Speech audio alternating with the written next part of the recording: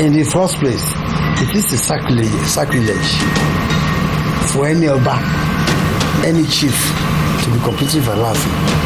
It's an abomination. Nǹkan tí ìwọ rẹ̀ máa gbọ́ ni fẹ́ni tó bá mọ̀ tán tó bá mọ̀ history. We're talking of Alaafin here, my brother. We are not talking of disco dancing about now. Well, sir, I wouldn't say in an attempt to whittle down the authority or influence of the Alaafin, but perhaps you talk of modernization and agitation for identity and autonomy. Independence, you must say. They are joining towns and villages around Oyo. Some of them have been complaining. Some of them are also agitating for their own identity. And sometimes you have utterances, clashes here and there. Please, let's establish that as well. Is it by right or by Alaafin's own will and idiosyncrasy to grant autonomy to adjoining ones, not to talk of the extended ones? You see, there is this attempt to mix tradition with politics, which ordinarily should not be. In the first place, it is a sacrilege for any Oba, any chief to be competing for Alaafin. It's an abomination. Nǹkan tí ìwọ rẹ̀ máa gbọ́ ni fẹ́ni tó bá mọ̀ tán tó bá mọ̀ history. We're talking of Alaafin here, my brother. We are not talking of disco dancing about now. What are you talking about? We're talking of an Alaafin. Alaafin that this is the new one was forward-looking. He was educated and a modern man, and he embraced so many changes. Because a leader that fails to embrace changes will soon have rebellion on his hands. Don't forget, it was 1976 here that Ibadan Shaun became Oba, wearing the crown. So 1976, Alaafin has to give his consent. It's a part of history in those days.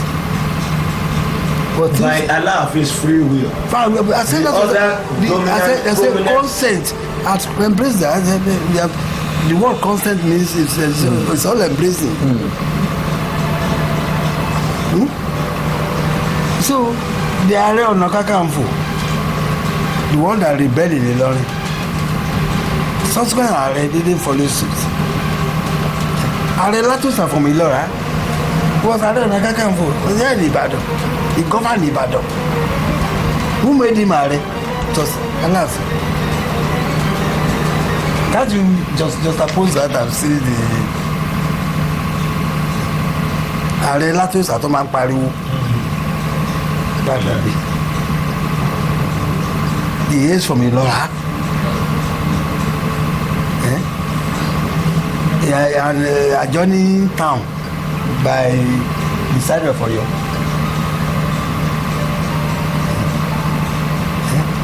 Many of people around that place down to our way were of Bagura stock, whom the battle captured. Don't forget, the Baguras were initially predominantly in Ido local government, Ido town, before it was destroyed. Now, I don't want to open old wounds. So they want to about carrying a rubber jet. It's now the Kimam who you know? Well, the Baguras. Sorry, with due respect, I want to crave your indulgence. You've established as an authority the institution of the Alaafin. It's beyond controversy, it's beyond what anybody will. But, you know, with due respect to the KBCs, the prominent ones we have with them. Even up till now, Alaafin still remain the consensus authority. I was coming to that. That's why I'm playing. Whether Fidelity, whether maybe mention it. I thought because of the influence of Alaafin, that prevented Ibadan from extending their war campaign to all those areas. The question is, if there are new settlements, when will they get there? Okay, let me put it this way, sir. The demise of late Oba Lamidi Adeyemi seems to have left some kind of vacuum that some people are hoping to capitalize on and to whittle down the powers of the Alaafin. Anybody would have tried that when Alaafin Adeyemi was alive? I ask you that question. Could anybody would have tried that? A little bit.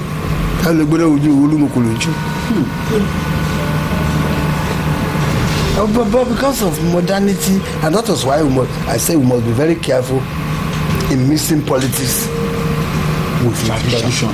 We must continue to look at the larger picture of Yoruba nation, of Yoruba interests. Because what gives us prominence and what have we in Nigeria today is our number. We must not lose sight of the larger picture, the larger interest of an Alaafin. An Alaafin will not descend so low to be trading words of somebody, the traditional rule of our for instance, or that's to I mean, it's to the Oyos people who can be saying all these things we are saying, because these are historical facts and the trajectory is there. Alaafin was the only and sole consenting authority. Till now, the Oyo State Chieftaincy law is there now. Till now, there are agitations for rotation of chairmanship of the traditional institution within Oyo State. And you know of that rivalry. Well, let me say this. I made mention of that along the line, that we should not mix politics with tradition. You see, because in reality, what power does any Oba possess now? Democracy now places them under local government chairman. To the extent that when one Sultan was removed, it was the local government chairman that when the emir of Kano was removed, so the local government chairman was removed. So when you are mixing politics with tradition, you run into a state of quagmire. Because in politics, even the local government chairman is superior to another. Can you imagine the sacrilege? You get it now? It's like asking one local government or chairman to question the authority of Sultan of Sokoto. So that was why I said, anytime we are discussing all this, we must be very careful. Shegete, like I was saying, Ojulokedi Epomeyele, there are politics at the tradition. They are not the same. But culture, our culture is a limitation, very big limitation on constitutional provision of the country and the principle of democracy. When I was in university, we were taught what is called sociology of law. Sociology of law must be taken into consideration before anybody put any law in place or any judgment of the court. Otherwise, whatever law you put in place that fails to take into consideration the sociological milieu of the people will not fly. I'm an Ibadan man, for instance, with all my education. I will not close my eyes to the fact that we have a masquerade in Ibadan called Ololu. And when Ololu is to come out, we will all celebrate him. My wife must not come out during that time. My daughter must not. My granddaughter must not. It's part of our culture. It's a limitation on your cultural right that says you can freedom of movement. Freedom to say, so you have to work. So those who think freedom is my cultural right, I look at them and laugh. Because even cultural right has limitations. Religious right has limitations. That was why you see National Assembly passing Child Right Act. Nobody will obey them. It will not fly in many parts of the north, east and northwest. Even if it is domesticated or ratified. I have an aunt, I think she's out there now, whose daughter is an undergraduate at Ife. She still assists her to sell wares at Sango Market, irrespective of your Child Right Act. You cannot charge her with child abuse. For those of us pressmen, you tend to carry this in your head thinking that freedom is absolute. Perhaps they are trying to uphold the law. See, no freedom is absolute. Even in the US, even in the UK, there are limitations to it. But exactly, that was exactly what people are trying to propound, thinking you want to uphold the law. But there are limitations. The right you have to swing your arms the way you like. Stop where my nose begins. You know? So we must all appreciate this. There are some laws that are dead wood in our statutes, including constitution, that cannot be implemented anywhere. Well, sir, and that was why one meeting governor thought he was right, just such as his hand to shake Alaafin. You don't do that. Again, I crave your indulgence, sir. How do we strike that balance? You talk of the context of tradition, culture, yes, and perhaps law. I think our forefathers, God bless them, Chief Obama and Sardauna, said that point in Lancaster House in 1954 when they were discussing literacy constitution. The constitution that establishes federalism for Nigeria. One of the compatriots, the first president of Nigeria, Asukwe, was reported as saying, let us forget our differences. I will not understand that. I said, no, let us respect and recognize our differences. There lies peace and tranquility. It's only when we respect our differences and recognize our culture that we can have peace. And that's what has been playing out over the years in Nigeria. I love providing the theory that the only thing that can work for is to have federalism. And one of the cardinal principles of federalism is that every component part should be allowed to develop at its own pace. It's only in Nigeria you want people who want to start something from top down. No, it should be from top. From bottom upward. Any attempt to sideline or derogate our culture will bring nothing but chaos. Will bring nothing but chaos. Chaos. But as far as some of us are concerned, from your own submissions here today, your submissions where you've been establishing the the prominence of the Alaafin when we're talking about Yoruba culture, and that is that and supreme. But can we? Is there? You can't separate me from my culture. From your own standpoint, your own advice and what you want we Yoruba people, because we need a rallying point. And if the Alaafin has that kind of influence, and maybe perhaps still has, is there anything you want to tell us as Yoruba people that will help us, because we need somebody that will look up there? Of course, we need a rallying point, and Alaafin is in better position to play that role. He has been adjudged over the years as the political head of Yoruba nation. Political head. The Ibadans are warriors. And if you follow the theory of Professor Akintola, you will see it there clearly. The Ibadans were the one. Ibadans have saved Yoruba nation twice now. Many of you thought that I've saved Yoruba nation once. No, twice.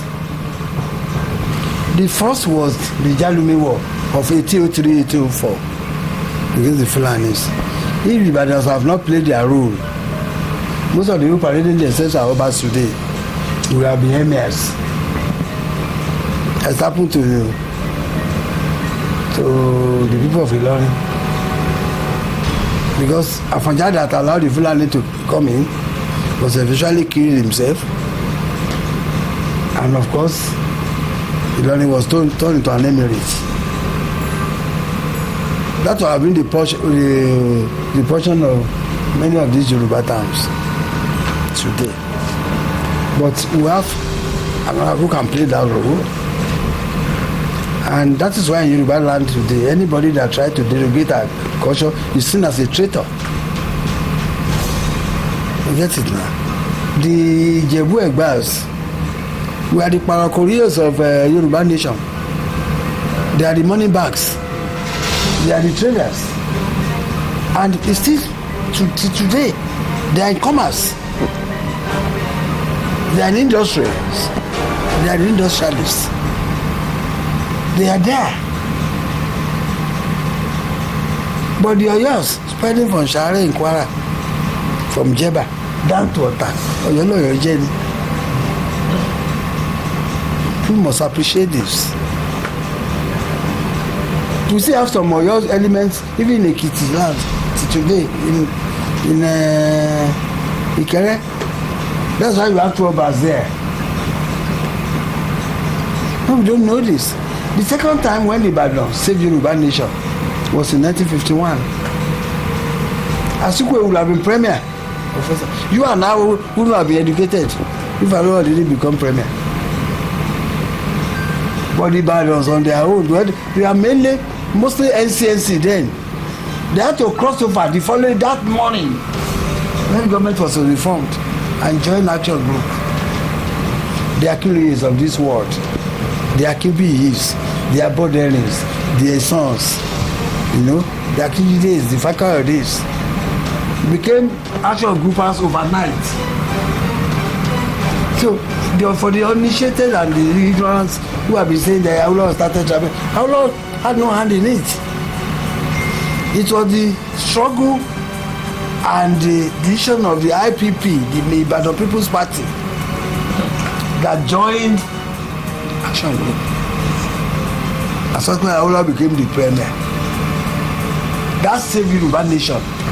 Today, the advantage you have over other ethnic groups in the country that made it to be 100 years ahead but because of that education, where it was compulsory for every man or woman of age to send this award to school. If you don't, you go to jail. And that was what gave you and I the advantage that we have.